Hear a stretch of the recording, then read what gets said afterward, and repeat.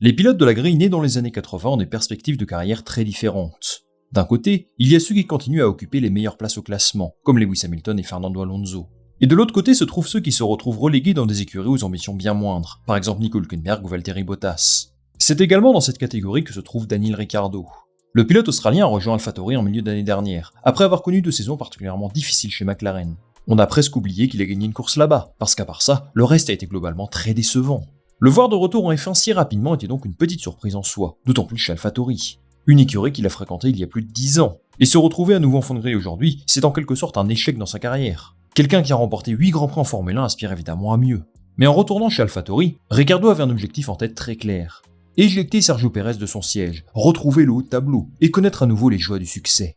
C'est un scénario également envisagé par Red Bull, qui voyait là un excellent moyen de mettre une certaine pression sur le pilote mexicain, dont les résultats très moyens en 2023 ne lui offrent aucune garantie. Sauf que jusqu'à présent, rien ne se passe comme prévu. Pérez connaît un très bon début de saison, comme en attestent ses 2 podiums en 2 courses, et Ricciardo lui ne répond pas aux attentes, tout simplement. Tsunoda s'est davantage mis en évidence pour le moment, et quand on compare le palmarès des 2 pilotes, c'est tout de même une sacrée ombre au tableau pour l'ami Daniel.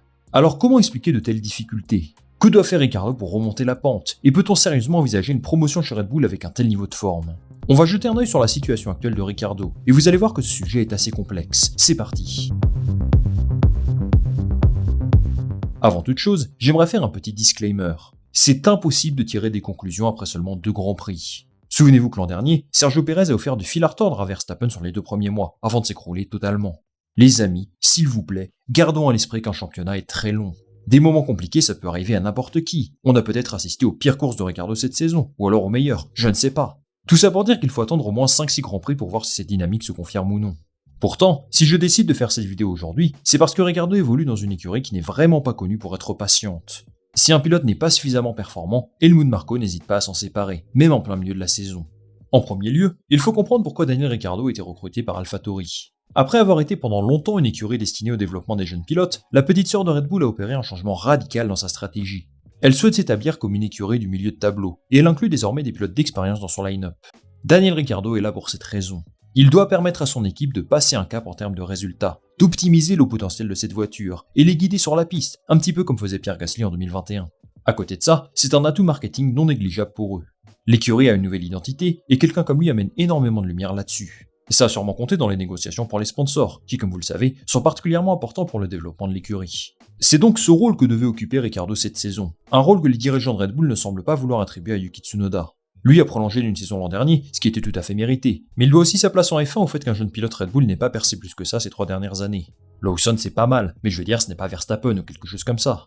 Une dernière chose, Ricciardo est censé amener une sorte de pression autour de Sergio Pérez. Avoir un pilote vainqueur de Grand Prix dans le line-up devrait le mettre sur ses gardes en théorie, parce qu'il ne peut pas se reposer sur ses lauriers en comptant sur sa monoplace un cran au-dessus du reste. Visiblement, pour l'instant, lui s'est mis au niveau. Tout n'est pas parfait, mais en terminant 2e à Bahreïn et en Arabie Saoudite, il a décroché les meilleurs résultats possibles. Verstappen est vraiment au-dessus, tout le monde le sait, donc son écurie attend de lui qu'il termine juste derrière lui, et rien de plus. Du côté de Ricciardo, il n'est pas exactement sur la même vibe. Il s'est fait battre 2 fois en qualif par Yuki Tsunoda, et en termes de rythme de course, ils sont assez proches, mais ce n'est pas non plus flamboyant. Je n'ai pas vraiment aimé ce qu'il s'est passé entre les deux dans le tour de décélération à Bahreïn, mais bon, ça ne vaut même pas le coup d'en parler. Pour Ricciardo, je pense que ce qui va rester dans les mémoires, c'est surtout son petit spin à Jeddah devant Sergio Pérez. On attend beaucoup de lui en ce début de saison, et c'est normal. L'an dernier, il s'est malheureusement blessé au poignet quelques semaines après son retour en F1, donc difficile de juger ce qu'il valait vraiment. Là, c'est différent. Il a eu une préparation complète, il connaît l'écurie, la voiture, et donc il est dans les bonnes dispositions pour être performant immédiatement en théorie. Sauf que là, ça ne va pas du tout. Et ça rappelle un petit peu ses débuts avec McLaren, où il a galéré pour se sentir à l'aise dans la voiture. Alors pourquoi est-il autant en difficulté ? Lui a tenté d'apporter une explication à ça, et je dois dire que ça me laisse un petit peu perplexe. Regardez. À Jeddah, nous avons connu 3 jours douloureux. Nous n'avons tout simplement pas tout ce qu'il faut pour fonctionner à 100%.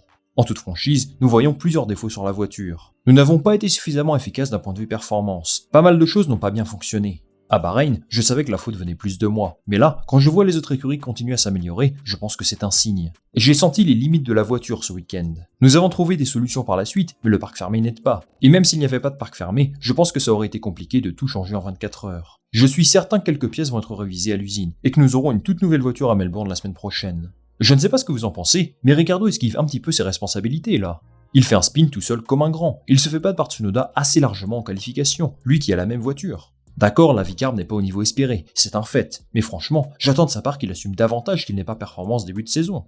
Quelqu'un qui aspire à évoluer en haut de tableau doit être extrêmement exigeant avec lui-même, ça Ricciardo le sait. Peut-être qu'il l'est et qu'il ne le communique pas publiquement, c'est possible, mais son discours ne me semble pas très habile. Quoi qu'il en soit, Helmut Marko est lui conscient qu'il faut changer quelque chose très rapidement. Il a déclaré en interview que Ricciardo doit trouver une solution le plus vite possible, parce que ça ne peut pas se passer comme ça. Et je suis d'accord avec lui. Quelqu'un avec ce palmarès ne peut pas se faire battre par Yuki Tsunoda. La seule raison pour laquelle Ricciardo est dans cette écurie, c'est pour en être son leader, ou alors viser un baquet Red Bull. On ne peut pas l'imaginer devenir le deuxième pilote de l'équipe, c'est impossible. Là où Ricciardo a raison, c'est que la voiture n'est pas assez bonne.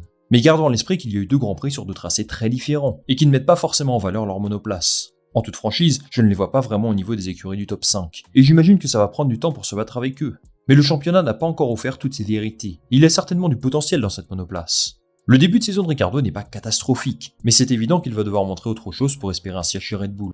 Si cette dynamique se poursuit sur les prochaines courses, ce qui n'est absolument pas garanti, rappelons-le, je pense que Sergio Pérez est le mieux placé pour conserver son baquet. Yuki Tsunoda est pour l'instant le challenger principal, mais au vu de son comportement en piste, je comprends les réticences de Red Bull à le promouvoir dans l'écurie principale. Que peut-il se passer pour Ricciardo? Si son niveau ne s'améliore pas, je pense qu'il finira par perdre son baquet en milieu de saison. La chance de Red Bull, c'est qu'il dispose d'un autre pilote qui connaît la voiture, qui est disponible immédiatement, et qui a prouvé qu'il pouvait être au niveau d'un titulaire en F1. Je vous parle de Liam Lawson bien sûr, qui attend patiemment son tour sur la ligne de touche. Au vu de ses performances l'an dernier, il est un candidat crédible à un baquet l'an prochain. Surtout si Ricciardo n'est pas leader d'équipe tant attendu, ou que Red Bull décide de promouvoir Tsunoda, ou de séparer de lui. C'est une situation assez unique en Formule 1. Ils ont un pilote qui ne dispute pas d'autres championnats, qui a déjà été très performant, et qui est prêt à monter dans la monoplace directe si jamais on lui en fait la demande. Et ça met une certaine pression sur Tsunoda et Ricciardo. Après, Lawson ce n'est pas non plus une légende du sport auto, et Ricciardo doit pouvoir faire mieux que lui. Honnêtement, il ne faut pas l'enterrer. L'an dernier, il a prouvé qu'il pouvait encore évoluer à un niveau très honnête, peut-être pas comme ses meilleures années, mais ce qu'il a fait au Grand Prix du Mexique par exemple, c'était vraiment excellent. Pour cette raison, il faut attendre de le voir à l'œuvre sur d'autres circuits pour juger si oui ou non, il est toujours capable d'évoluer dans la discipline. Une chose est sûre, s'il ne bat pas Tsunoda cette saison, il me semble que sa carrière en F1 touchera à sa fin. D'un côté, je trouve que Tsunoda est un petit peu sous-estimé. S'il est en F1 depuis 4 saisons, dans un environnement comme celui de Red Bull, c'est qu'il a des qualités. Il n'est pas parfait, et je ne suis pas fan de ses réactions en piste parfois, mais il a connu une progression évidente depuis son arrivée en F1, et je suis content qu'il offre un petit peu d'adversité à Ricciardo. En tout cas, si rien ne change, je pense qu'on va vite l'oublier pour le deuxième baquet Red Bull, au profit peut-être d'une solution externe, ou lors d'une prolongation de contrat de Pérez s'il continue de performer à ce niveau.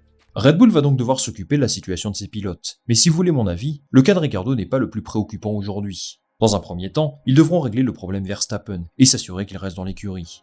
Même s'il y a beaucoup de blabla à ce sujet, je pense que ça va le faire. Et pour espérer l'accompagner l'an prochain, Daniel Ricciardo va devoir utiliser tout son talent, et nous montrer pourquoi il fut, il y a quelques années, l'un des meilleurs pilotes de la grille. C'est terminé pour cette vidéo les amis, merci beaucoup de l'avoir regardé. Je vous attends en commentaire pour me donner votre avis sur Daniel Ricciardo, si vous le croyez capable de renverser la situation. Moi je lirai tous vos commentaires très attentivement. Comme d'habitude, n'hésitez pas à liker cette vidéo et à vous abonner pour me donner un maximum de soutien et de visibilité. Nous on va se retrouver très rapidement pour une nouvelle vidéo. Salut, à la prochaine.